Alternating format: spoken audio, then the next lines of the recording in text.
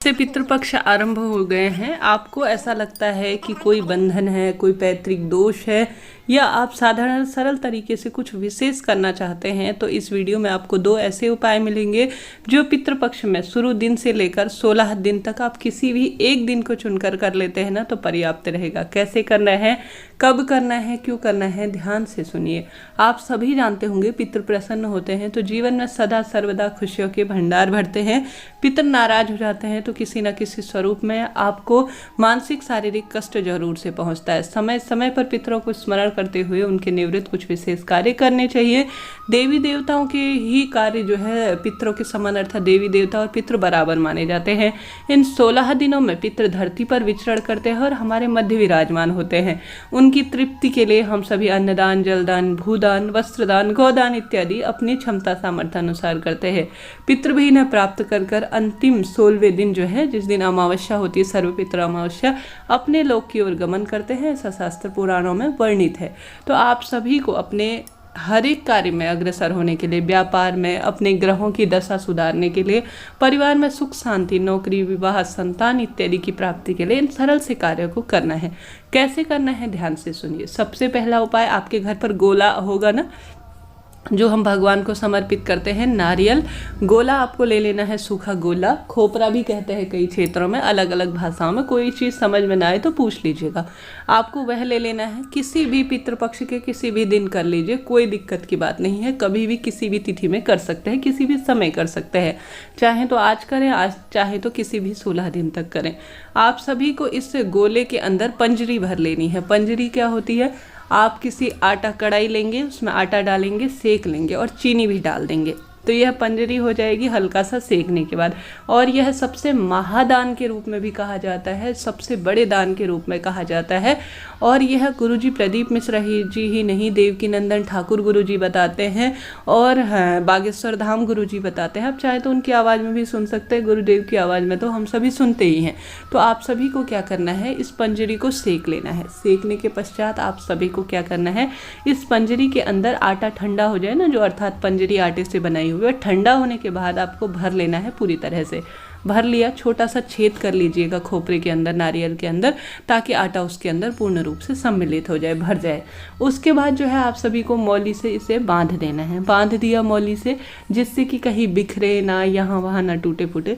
ऐसी अवस्था में आपको इसे पूरे घर में घूम जाना है और हर एक व्यक्ति का, घर के सभी सदस्यों का स्पर्श करा लेना है, इस भावना से कि मेरे घर के सभी वास्तु दोष, पितृदोष किसी का किया कराया, घर के सदस्यों की बुद्धि बांध दी है, या घर में कोई बच्चों के विवाह की अड़चन हो रही है, बच्चे 1-2 नंबर से रोग जो है किसी तरह से परीक्षा में चूक जाते हैं, कोई स्थिर लक्ष्मी का वास नहीं है, सब परेशानी A to Z परेशानियों के लिए यह उपाय किया जा सकता है। घर के सदस्यों का हाथ लगा लिया और परिवार के जो है घर में घूम जाने के बाद आप सभी को हल्का सा पीपल वृक्ष के नीचे गड्ढा खोद देना है। ठीक है, पीपल वृक्ष के नीचे हल्का सा आपको खड्डा सा कर लेना है।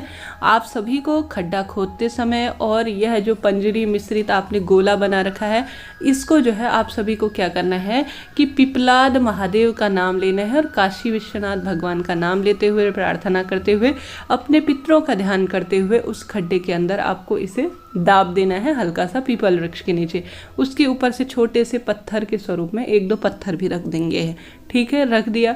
अब बस यही सरल सा कार्य है। अब इससे क्या होगा, जब धरती के अंदर यह समाहित होता है ना, धरती के अंदर मौजूद जो जीव होते हैं ना, जैसे चींटी या कोई कीड़े मकोड़े होते हैं, धीरे धीरे इसे खाते हैं ना, तो आपके जो पुराने कोई दोष है, कोई किसी का कर्ज है पिछले जन्म का, जिस कारण से भी मानसिक शारीरिक परेशानियां उत्पन्न होती हैं, वह धीरे धीरे स्वयं ही कटनी आरंभ हो जाती है। अब इसको दाब दिया, दूसरे दिन उसी स्थान पर जाकर गुरुजी कहते हैं कच्चा दूध आपको समर्पित करके आ जाना है, अपने पितरों का स्मरण करते हुए, ध्यान करते हुए। एक बार में भारी से भारी पितृदोष छूटता है, कालसर्प दोष छूटता है, अकाल मृत्यु का भय खत्म हो जाता है। करके देखिएगा किस स्वरूप में आपको लाभ मिलेगा। यह जो है महाकाल जाने, हमारे पितृ देवता जाने, परंतु लाभ मिलेगा, इस बात का लिखित है। हमें जैसा कि पहले बताई थी, हमारे गुरुदेव ही नहीं, सभी ज्योतिष इस बारे में बताते हैं। सभी जो है ज्ञानी जन इस बारे में बताते हैं। तो एक बार प्रैक्टिकल करके देखिएगा, लाभ निश्चित रूप से मिलेगा। कोई पैसा खर्च इसमें नहीं होना है, न ज़्यादा समय लगना है, किसी भी दिन चुनकर कर सकते हैं। कोई चीज़ समझ में ना आए पूछ लीजिएगा, आपका अपना चैनल है, सभी सवालों का प्रत्युत्तर आप प्राप्त करेंगे। चैनल पर नए हैं तो लाइक शेयर कर दीजिए, वीडियो को सब्सक्राइब भी कर दीजिए और कमेंट्स बॉक्स में प्रभु स्मरण करते हुए, महादेव का नाम लिखते हुए प्रभु का जयकारा जरूर से लगा दीजिएगा। बात हो गई पहले उपाय की, अब बात कर लेते हैं दूसरे उपाय भी। यह उपाय भी आप किसी भी पितृपक्ष के 16 दिनों तक कर सकते हैं। घर पर ही करना है, कहीं नहीं जाना है, सरलतम भाव से करना है। कैसे करना है? गंगा जल तो प्रत्येक घर में होगा। गंगा जल क्या होता है कि पितरों को मोक्ष प्रदान करने वाला, हमारे द्वारा मन कर्म वाणी से अगर किसी के लिए कुछ बुरा हो गया है गलती से, तो उसे भी जो है पूर्ण रूप से यह तारने वाला होता है, काटने वाला होता है। कहने का अर्थ है गंगा जल बहुत शुभता के रूप में जाना जाता है। तुलसी माँ हमारे घर पर होती है। तुलसी माँ भी सबसे पवित्र मानी जाती है। आप सभी जानते होंगे, जीवित मृत सभी कार्यों में तुलसी माँ का प्रयोग होता है और स्वयं देवी माँ लक्ष्मी के स्वरूप में हमारे घर पर विराजमान है। तो आप सभी को क्या करना है? गंगा जल लेकर एक छोटी सी कटोरी लेकर तुलसी माँ के समीप चले जाना है। घर का एक सदस्य करे, या तो पुरुष करे या महिला करे, कोई भी कर सकता है, किसी भी दिन कर सकता है। बस यह शाम 5 बजे बाद ध्यान रखिएगा, तुलसी में जल नहीं चढ़ाया जाता।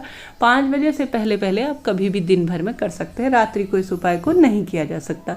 आप सभी एक सरलतम तरीके से तुलसी माँ के आगे एक दीपक लगाएं लंबी बत्ती का। उसके पश्चात आप सभी एक छोटी सी जो कटोरी लेकर गए हैं उसे तुलसी की जड़ में रख दीजिए। रखने के पश्चात आप सभी अपना नाम और गोत्र बोलें।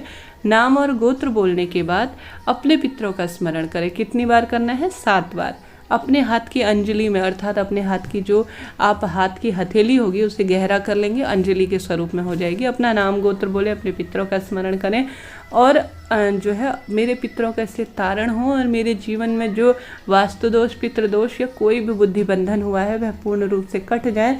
इस भावना से 7 बार एक एक करके आप सभी नाम गोत्र बोलते जाएं, स्मरण करें प्रभु का।